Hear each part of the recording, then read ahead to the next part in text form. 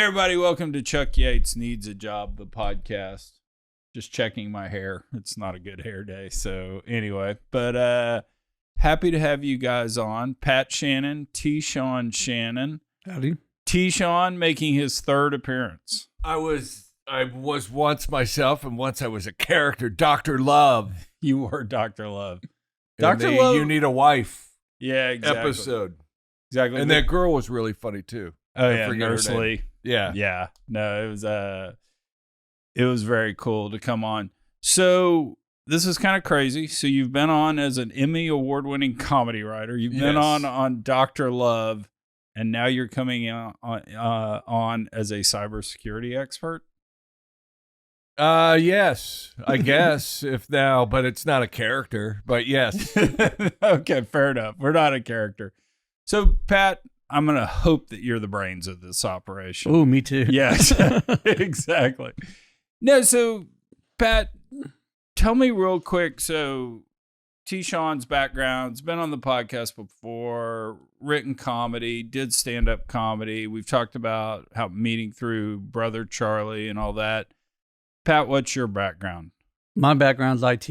So in college, I was working in a data center and followed that. Worked 10 years for CompuServe right out of school, and was already in the thick of it, from data communications, internet before the internet, and always had a security element to my job. And I've been in data, IT, cybersecurity pretty much my whole career. And we did a program 10 years ago that was an industry leader, a Gartner Magic Quadrant leader. But we did that for my then employer, and we didn't have a chance to evolve the program. And it was something I always wanted to get back to, and we had an opportunity to do it, and we came up with the CyberTIPs program. Okay, and so y'all started a company to do this? You did? Okay. Yeah. So what's CyberTIPs? So CyberTIPs are bite-sized, if you will, 60-second videos that are designed to engage the end user, make them fun, interesting, quick. Don't try to do too much. Get in, get out, and put a smile on their face and keep cyber on their mind. And it's really for the 99% of the population that aren't cybersecurity experts, that are typically blamed for 84% of all cyber breaches. And so that's what we do, is really engage those end users. Typically, end users are trained once a year and then fished by their company the rest of the year. And it doesn't really seem fair. So this is a way to keep them engaged and interested in cybersecurity. I compare it to Schoolhouse Rock for grown-ups. Nice. Yeah. And you talk about Schoolhouse Rock. What do you remember about Conjunction, junction, what's your function? And everybody knows the bill. I'm just a bill. Yeah, all those. Yeah, and those are memorable. And that's what ours are. And we've actually had, independent research studies prove our approach is 300% more effective for long-term learning gains than traditional training programs. And people love them, and we get fan letters. We get groupies, if you will. So because they're fun, they're engaging, and they're the 60-second bites that people are used to in this era of social media. Right. That's because I had on a couple of lawyers, and one of the things they were talking about cyber was, and you said 84% earlier. They said vast majority, but same thing. It's still the easiest way in a corporation is a human being clicking on an email. Yeah, right? through an employee. That's the quickest way. That's the quickest way you're going to get in trouble. Because we had the Colonial Pipeline system literally shut down, literally gas lines in Florida and all that. And it was supposedly some guy that clicked on an email that said, you want to see big boobies? Yeah. Yeah. Who doesn't? Yeah, exactly. Not at work. Not at work, of course. No, and that's one of the lessons we give is, there's things you do on your work systems, things you don't. And just, it's acceptable use of those programs. But that is kind of, it's just a constant awareness of these. And I liken it to buying insurance. Okay. Yeah. We buy insurance once a year because we have to. And what do we see throughout that year? It's tons of, comedy-based commercial campaigns, whether it's Progressive or Geico or the Liberty Mutual. They all have their little catchphrases, but it's just to keep you thinking, that company. But in insurance, we're not, pushing a product. We're just pushing cybersecurity for the masses and making it kind of mainstreaming it for the general public. And the way you guys work, and then I want to get into the creative process and hear about the funny stuff. But if I'm a company, I basically pay you and get to run these videos. Is that kind of the model? Yeah. So companies invest in these real elaborate, training programs. We're not trying to replace those. They have phishing simulation tools. We don't do that.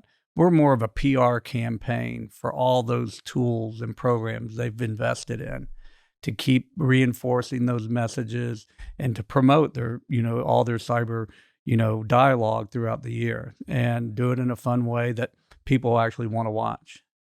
So now the necessity of an Emmy award-winning comedy writer comes in. Yeah, that's where that comes in, buddy. Yeah. So give me one of these bits.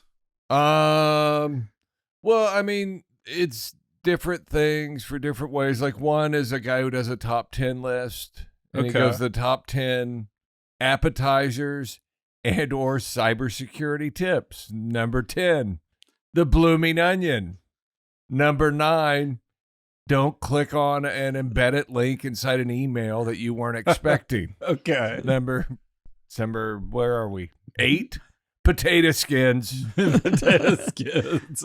And then, so, I mean, that's an example of, dude, people love top 10 lists. Magazines lived on them for years and still do. Everything on, hey, here's the top 5 sketches of all time on SNL, all that. I used to beg mom and dad to let me stay up just until the top 10 list is over on Letterman. Yeah. So that's like one example of ways you can engage people into something to listen for 1 minute and give them information that they need about cybersecurity. Yeah.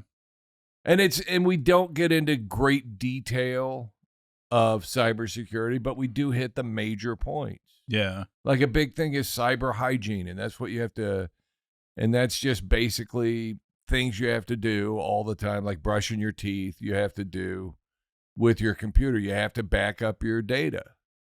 That saves you from ransomware, If people get in your system and they lock all your stuff, if you've backed up your data, you don't have to pay the millions and millions of dollars most of these companies are doing, You know what was crazy is we had a portfolio company at Kane Anderson that got hacked and everything got frozen, right? Yeah. Guy calls up and says, I want $4,999. And the CEO goes, all right, why? Why $4,999? Supposedly the FBI gets involved at $5,000. Yeah. And so it was kind of one of these things. And Roger, our CEO, negotiated with the guy and said, all right, I'll give you the money for you to unlock the data. And he had to go get Bitcoin to send him Bitcoin and all. But he said, you got to tell me how you got in. And the guy, the hacker, kind of true to his word, said, sure, I'll tell you, gets the money.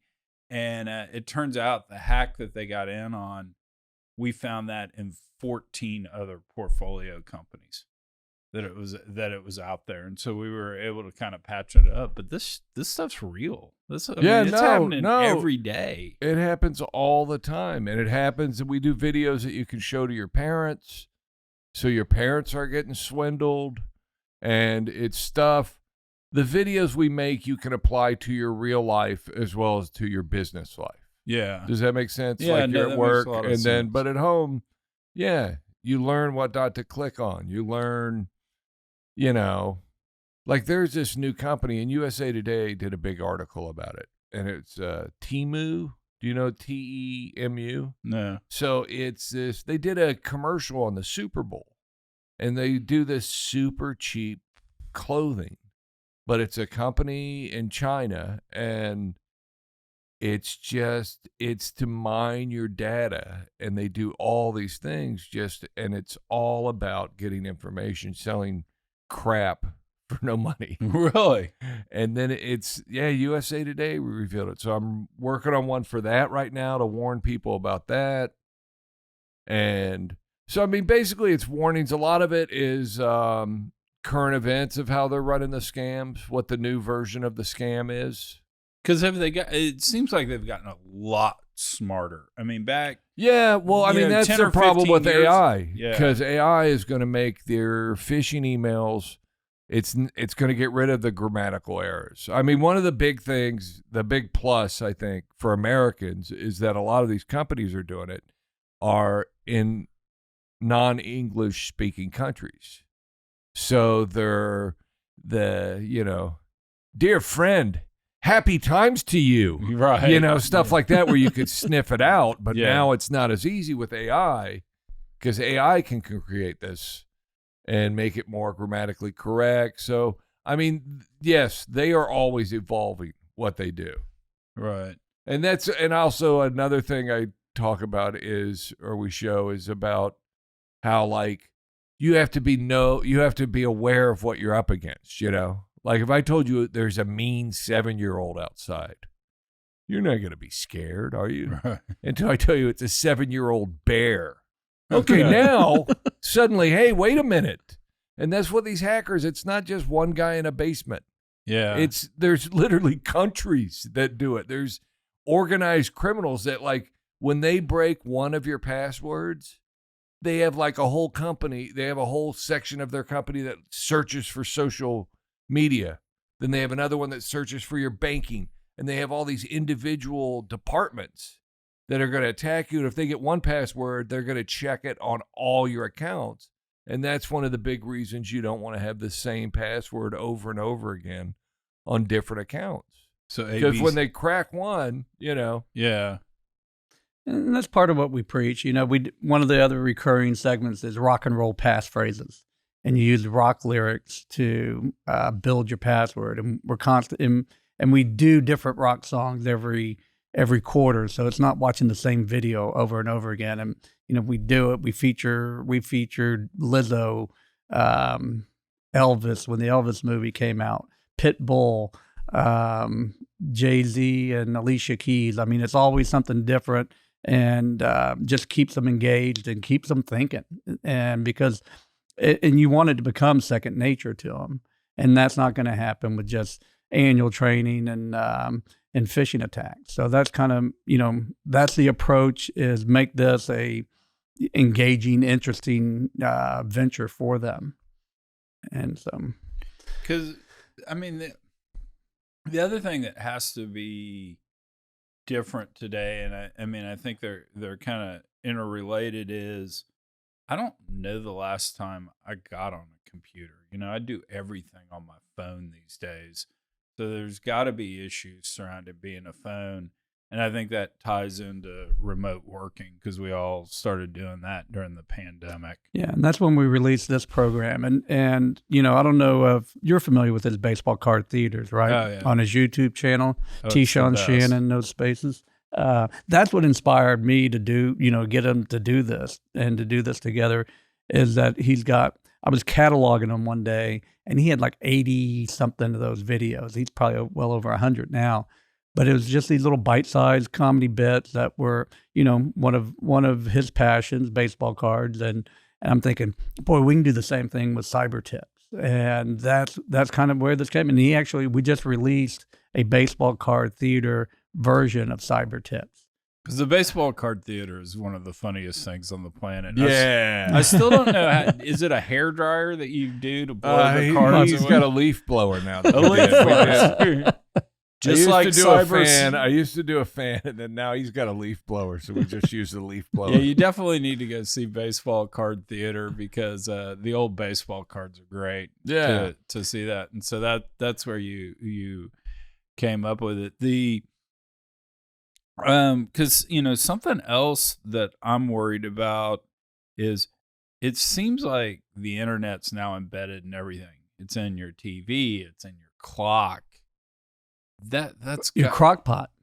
Yeah, your crock pot. Yeah, exactly. I have a crock pot that's connected to the Wi-Fi. Yeah, exactly. I mean, I guess people are coming in through that potentially. Yeah, they had a big shutdown. They did a denial of service using the Internet of Things, which are all these devices that are connected to the internet, to shut down a network. This is a couple 3 years ago at least, and so yeah, those things aren't typically protected. You don't install your Ring doorbell and think, oh, now I got to go set the security settings. And that's one of the things we talk about.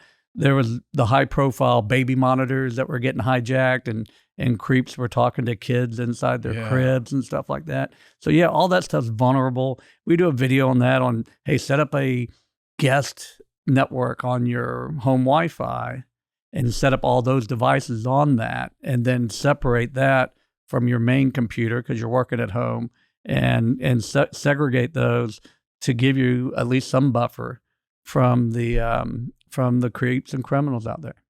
So, oh wow, and you talked about the Bitcoin on the ransomware attack your company had. I mean, with cryptocurrency, you're not going to be able to enforce or punish these bad actors, and they're going to continue to be able to survive out there. And to your point, if you do it under a certain dollar amount, the FBI or the authorities won't even get involved with it. So that's going to be the ongoing challenge of these cyber attacks and the limited remedies you really have. Yeah. Does the cloud make this even more difficult, or does it potentially make it safer? But both. It depends how you protect yourself. You still have to, be vigilant in passwords and not leaving doors open to where they can sneak in through, your TV. Yeah. I mean, everything's vulnerable to some extent. So the cloud can provide you a lot of latitude for, backing up your data. You talked about backing up your data, back it up in the cloud, back it up on a hard disk and or multiple medias, and then keep one of those off site. And that's something I did in college. Every day I worked for a healthcare system here in Houston, and daily we would take the backup tapes with all the information, and we'd take them off premise and put them in a safe. So if anybody did attack them, or something happened to the data center or whatever, you had a backup of all your data. Now, individuals don't want to probably be that diligent and doing it daily, but they want to do that because everything's digital now. People are putting all their family photos on digital media. Your whole life can be really accessed from a digital standpoint. So it's just good habits to get into, good cyber hygiene, like he talked about, and that kind of remedies a lot of things that you would deal with. So does the multi-factor thing we have to do now, go log on to YouTube or go log on to Gmail, is that helping? It's helping, but it's not perfect. And, whether you're doing your online gambling or your email or login, most work systems require it nowadays. But that was a high profile attack with one of the biggest technology companies in the world just last year, and it was the multi-factor. What was it? Just a attack where they just keep peppering you to say yes, and just to keep the notifications going away. You finally just yes, and then next thing you know, they have all your credentials and have access to whatever you would have access to at work, and so those things happen. Use it wherever you can. We did one on online gambling, which some companies may or may not choose to show, and we make it real clear we're not promoting online gambling, but let's be honest, $85 billion is being spent every year doing it, so someone's doing it.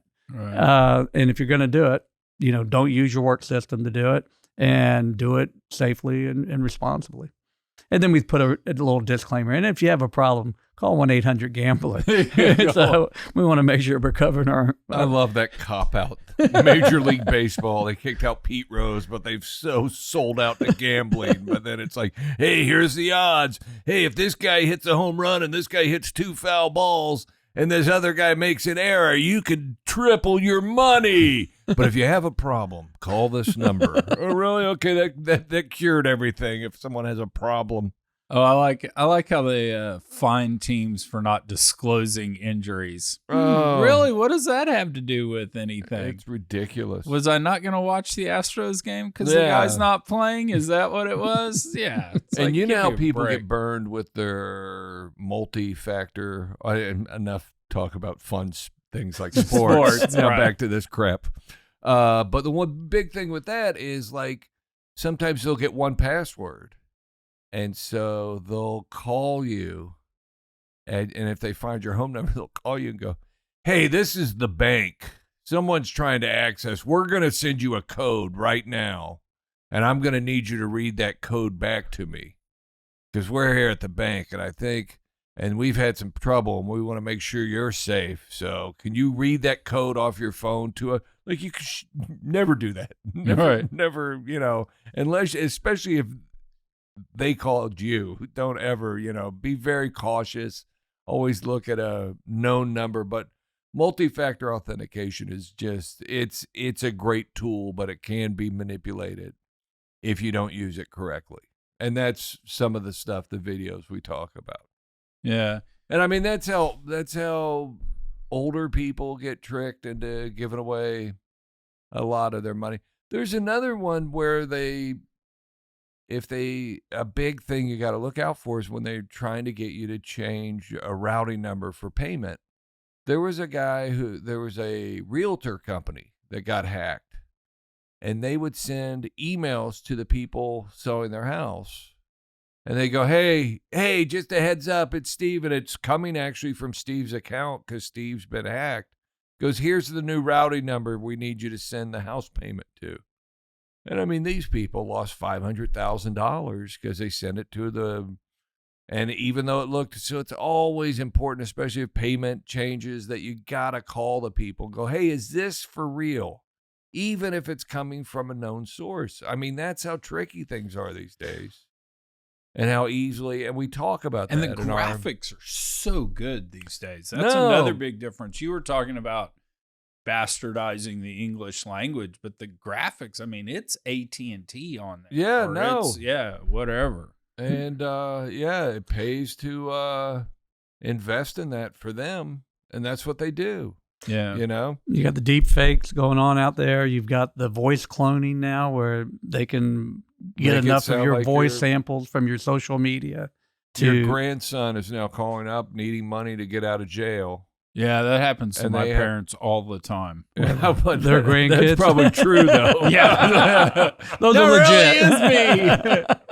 No, but my parents with my children have a secret word. Just what is it? Yeah, exactly. Perfect. But no. Patty Hearst. Yeah, Patty Hearst. Wow. Exactly. No, it's I was a kid when that happened, by the way. I was going to say the Lindbergh baby, but Patty Hearst, much hipper and current. Much hipper. No, that's crazy is how you have to be appealing to this wide generation. We have Tim Meadows in our videos, and he's somebody different. The ladies' man? The ladies' man. See, he's the ladies' man to you. I get my friends. I call in favors. Nice. Man. But my freshman in college sees that, and she goes, that's the principal from Mean Girls. Oh, nice. And that's who he is to her. And somebody else. And then my senior in college, he calls me up and said, hey, Chet Barkley's on the Mandalorian.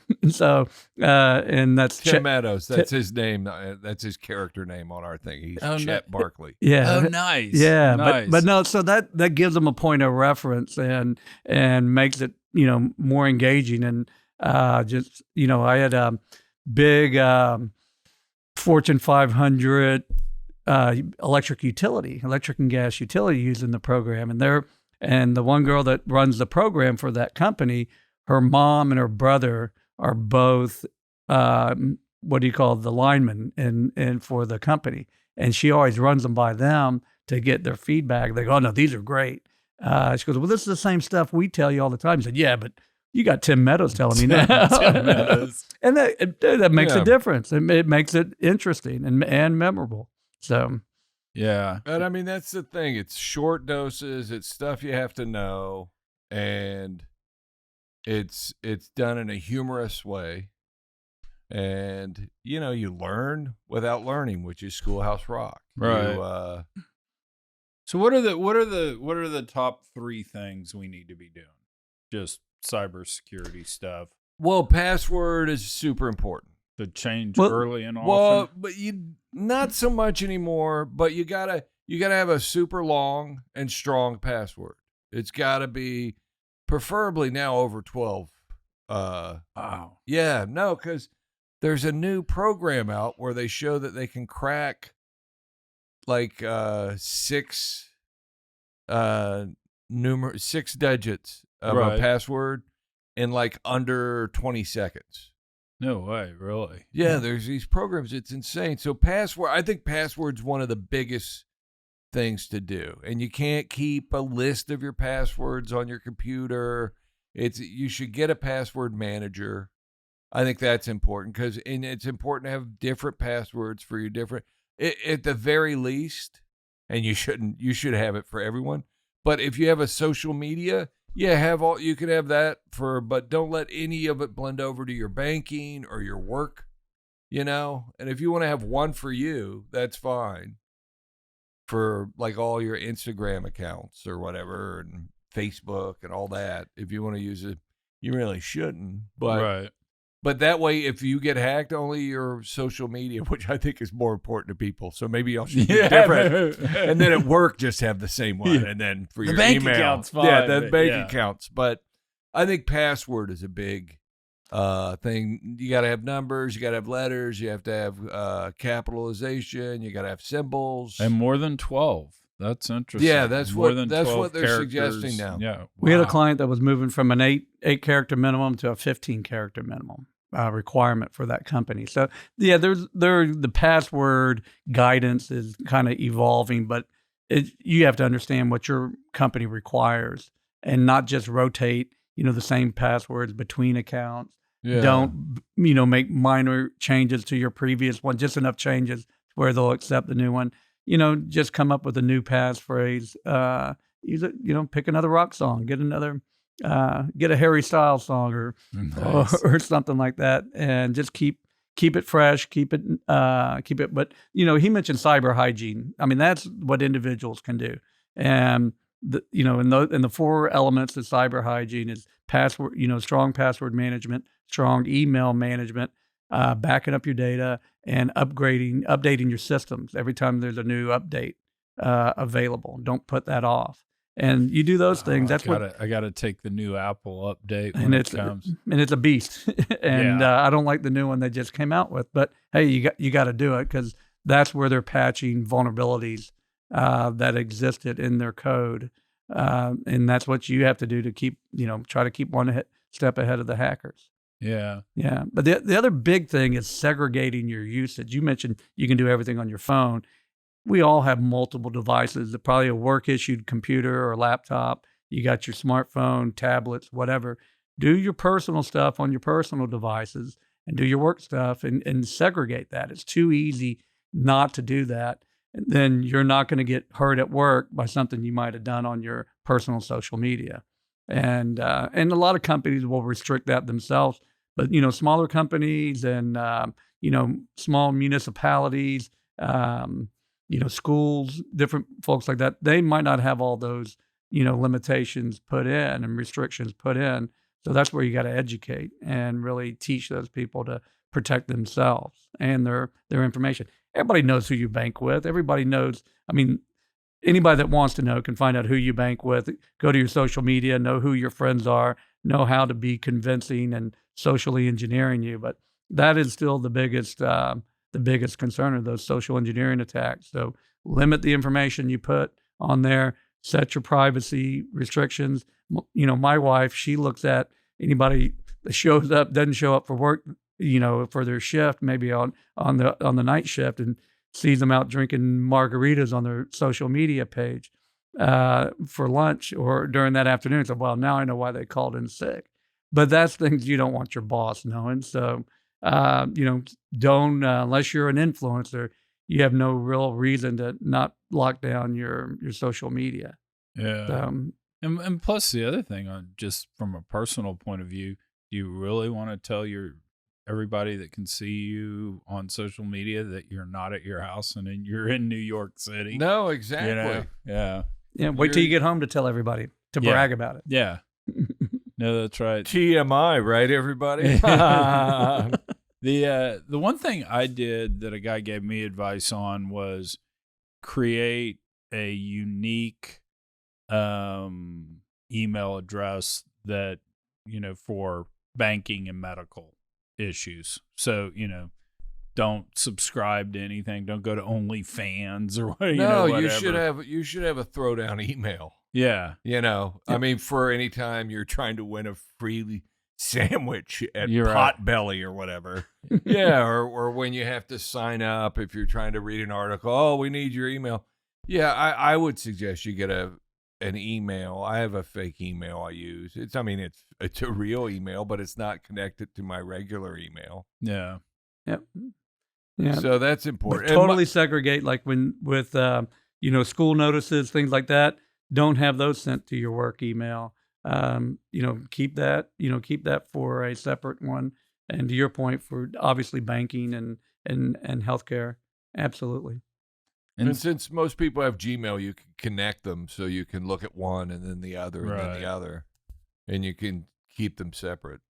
If I'm CIO of a company or CEO or some C-suite person at a company, what's a good piece of advice for those folks, kind of outside of buying the Schoolhouse Rock videos? Well, and that's what this is kind of a niche we've created. Okay, I mean our program really doesn't exist out there, and the C-suite are liable in public companies. Should they get hacked, they can be ultimately liable. Hey, show them you're doing everything you can. I mean, this is a complimentary program, complimentary with an E, but complimentary program, and just show them, yeah, we're going to great lengths to protect, the company, protect our people, and do anything and everything you can. I mean, I have clients that get 13 minutes a year to do formal training with their employees, and that's it. And they've got to pick 2 or 3 videos out of their compliance training that fits into that window. This is something that is typically optional viewing, but it's so engaging and fun, they typically watch them. Yeah, do everything you can to keep that messaging going. And you know what? We have one client that does, government contracting, and they bill out in segments. Our videos are so short that doesn't cost them any billable segments. 15 minutes. If you do a 5-minute video, and you can't bill out that 15-minute segment. So they actually calculated over $500,000 in savings by adopting our program over what they were doing prior. Oh, interesting. But this is a PR campaign for all their cyber initiatives, and that's what you got to do is keep promoting that messaging. I'm just a bill, didn't get you an A in government class, but hey, it gave you some, the basis of what, that legislative process goes through. And that's what we are. We're tips and reminders. And that's what you got to kind of keep pounding it into them, but pounding it in a fun, friendly way. And we've also done hired to make a specific program for companies too. So we do that as well. Gotcha. On top of their, whatever their own personal message was.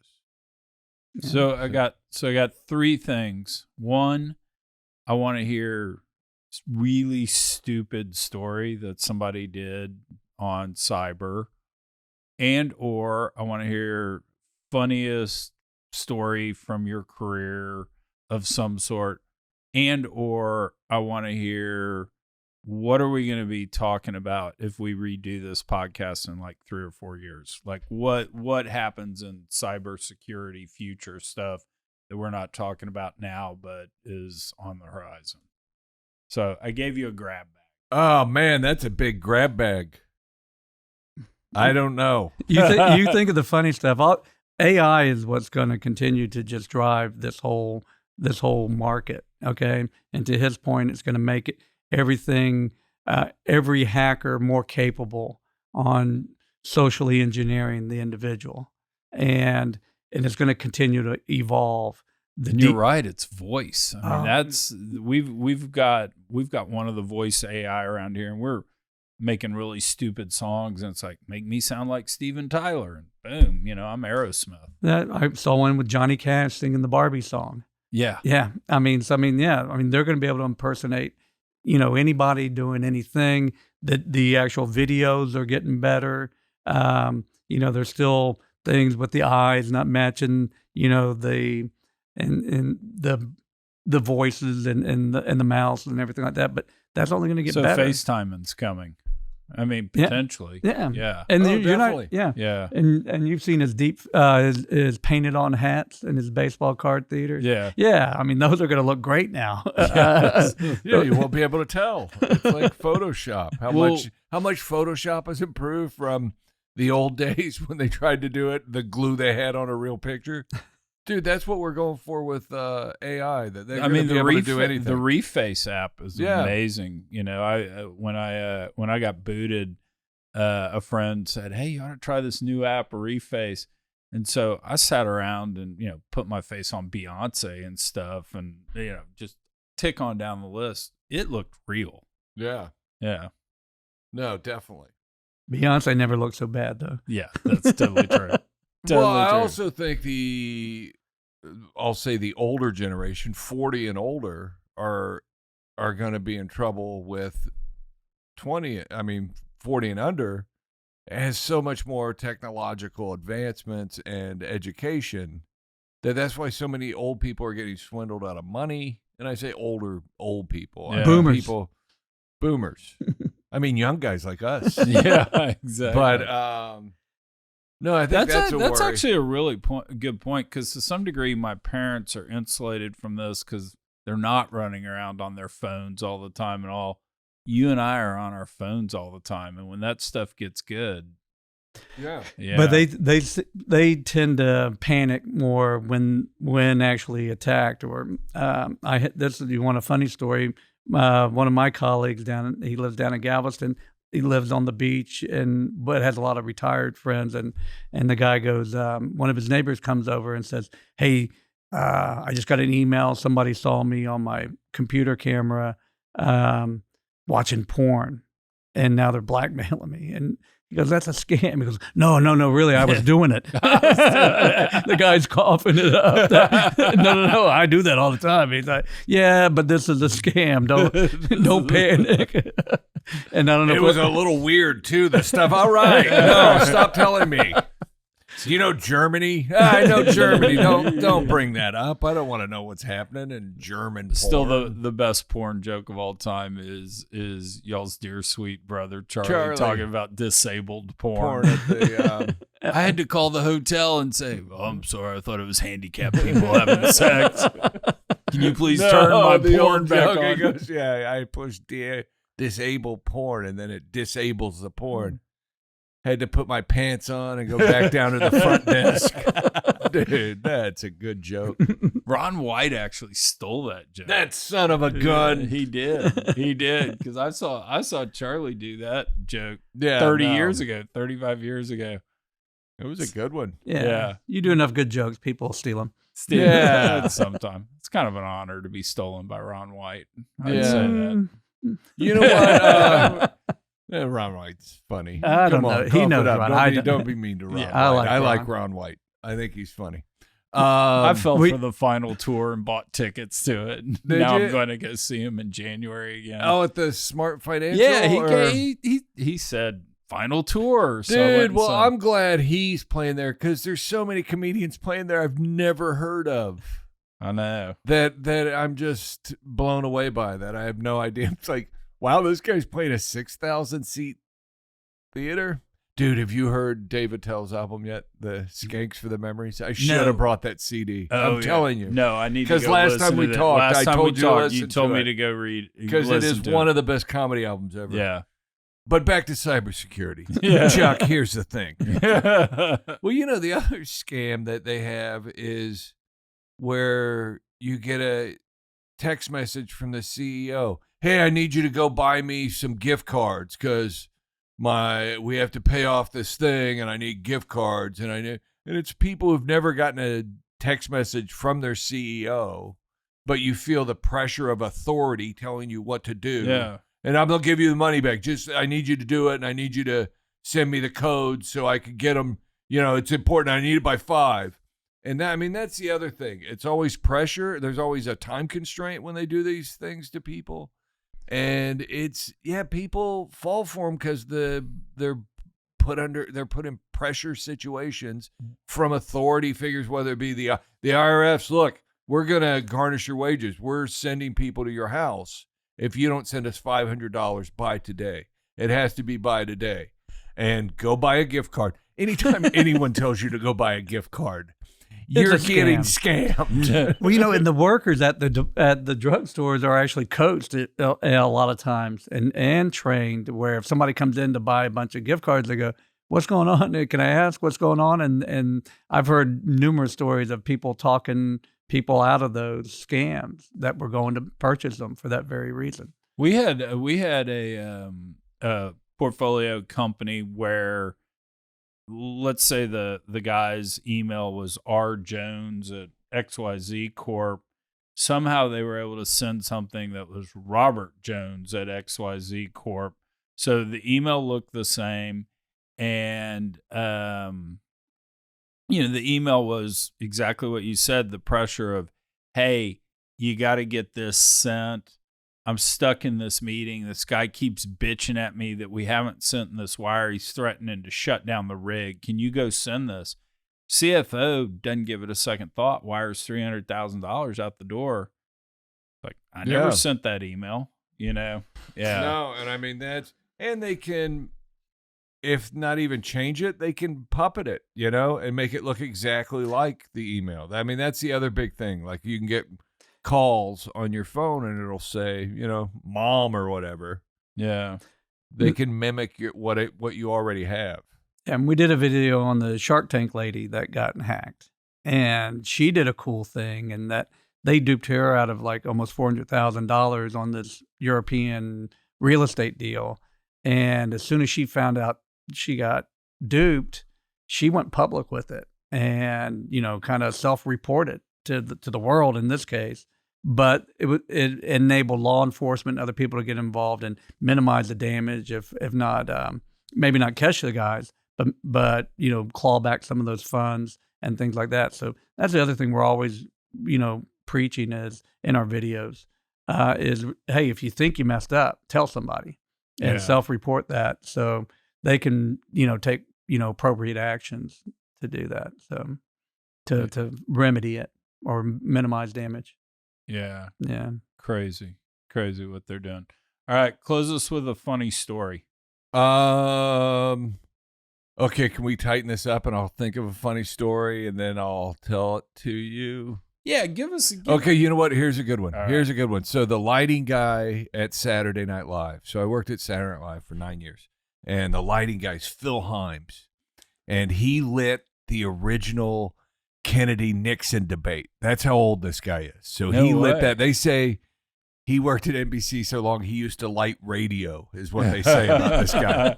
So he's Phil Himes and he's dude, he is so funny. Like so Phil Himes, so you would write sketches and there's 20 shows a year and I probably average about a sketch or a sketch and a half a season.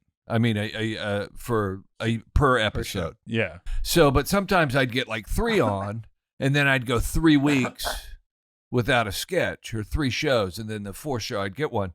And so, when you get a sketch on, you would go in the production booth, and he's in there with the director and everybody else.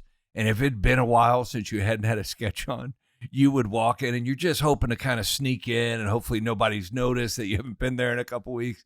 And you walk in and this guy every time, you still work here? I haven't seen this guy in forever. I didn't know. I remember last year you were here, but wow. Okay. So he's that guy, just a ball buster.